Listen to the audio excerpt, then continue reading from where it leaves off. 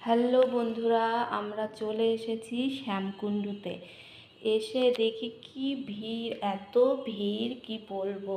দেখো চারিদিকে কত ভিড়। আর আমি এই প্রথমবার শ্যামকুণ্ডুতে এসেছি। অনেকবার খাটু শ্যাম বাবার পুজো করেছি, কিন্তু এই শ্যামকুণ্ডুতে কখনো আসিনি। এই প্রথমবার নিজের চোখে দেখছি, খুব ভালো লাগছে, এত সুন্দর। আর দেখো আমি ধীরে ধীরে নিচে নেমে যাচ্ছি, তোমাদের দাদা ভাইও নিচে নেমে যাচ্ছে জল নেবে।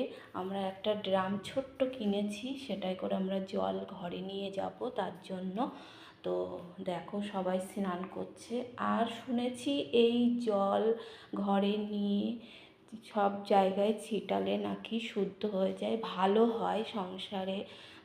আর তুমি যদি এখানে স্নান করো বা নিজের উপরে ছিটিয়ে নাও, তাহলে তোমার যত পাপ আছে সব পুণ্যতে পরিণত হয়। তো এটা শুনেছি, সবাই বলে। তো দেখো জলটা ভরে নিচ্ছে তোমাদের দাদাভাই। আর তোমরা কে কে এসেছো শ্যামকুণ্ডুতে অবশ্যই জানাবে কমেন্টে।